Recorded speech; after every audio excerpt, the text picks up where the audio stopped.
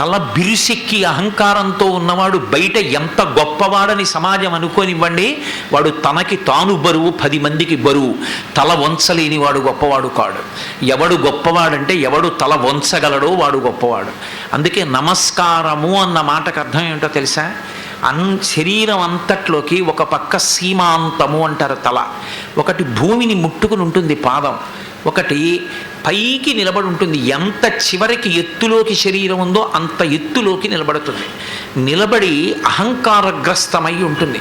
అహం అని సంస్కృతంలో ఒక మాట, అహంకారముతో కూడుకున్నది కాబట్టి నేను అన్న మాటకి అహం అంటారు సంస్కృతంలో. అహం అన్నప్పుడల్లా ఇలా చూపిస్తుంది. ఇలా చూపించే నేనన్నది ఏదుందో నేనన్నప్పుడల్లా ఇలా అంటాడు. గురువు నేనన్నప్పుడల్లా బోరలు విరిచి ఇలా చూపించేదాని పట్ల ఉన్న గర్వాన్ని విరిచేస్తాడు గురువు. ఇలా చూపించే ఈ శరీరం ఎవరిది?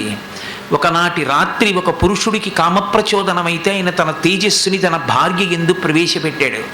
ఆ భార్య యందు శోణితము అతని శుక్రంతో కలిసి ఒక బుడగ ఏర్పడి లోపల శరీరం ఏర్పడింది. శుక్రాన్ని ప్రవేశపెట్టిన తండ్రిదా, శోణితాన్ని కలిపిన తల్లిదా?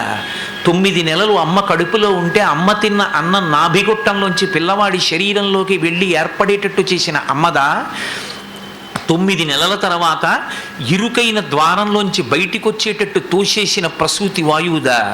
బయటికి వచ్చిన తరువాత ఏడవడం తప్ప ఏమీ చేత కాని పిల్లవాడికి పాలిచ్చిన అమ్మదా?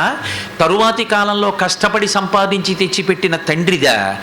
ఆ తండ్రి డబ్బు తీసుకొస్తే డబ్బుకి ధాన్యం దొరికేటట్టుగా 6 గాలాలు కష్టపడి పొలాలు దున్ని ధాన్యం తీసుకొచ్చి వాళ్ళు బియ్యం ఇవ్వబట్టి కదా తండ్రి తెచ్చి అన్నం పెట్టాడు. ఆ తిన్న అన్న వికారము శరీరం అయితే రైతులదా? లేకపోతే ఈ శరీరంలో జ్ఞానం కలగడానికి కారణమై పాఠం చెప్పినటువంటి ఉపాధ్యాయుడిదా? దీన్ని ప్రతిరోజు 10 నుంచి 5:30 వరకు ఈ శరీరాన్ని కుదవ పెట్టుకుని నెలకొకసారి 50,000 రూపాయలు ఇచ్చి ఆ శరీరాన్ని, శరీరంలోంచి వచ్చిన మిగిలిన శరీరాల్ని పోషిస్తున్నటువంటి ఒక యజమానిదా? చిట్ట చివరికి ఊపిరి ఆగిపోతే పట్టుకెళ్ళి కట్టెల మీద పెట్టి కొరివి పెట్టిన కొడుకుదా? కాలిపోయిన శరీరం కాలిపోతుంటే వెంట్రుకలు ఊడి ఎగిరిపోతే వెళ్ళి పట్టుకున్న చెట్లదా? మిగిలిపోయి కింద పడిపోయిన ఎముకల్లో ఒక ఎముకని కుక్క ఎత్తుకుపోయి చెట్టు కింద పెట్టుకు పీక్కు తింటే ఎముక కుక్క దగ్గర ఉంది కాబట్టి కుక్కదా? ఎవరిదా శరీరం? చిట్ట చివరికి పిడతలో పట్టి కాశీ పట్టుకెళ్ళి నీళ్లలో కలిపితే గంగదా? ఎవరిదా శరీరం? దేన్ని అన్ని మాటలు ఇలా అంటావు? ఇలా అన్నది అహంకారం, అలా అనకు. దాని బదులు అక్కడ వినయాన్ని నేర్చుకో. అహంకారగ్రస్తమైన శిరస్సుని పాదములు ఎక్కడున్నాయో అక్కడికి తెచ్చి కింద పారేస్తే వినయం.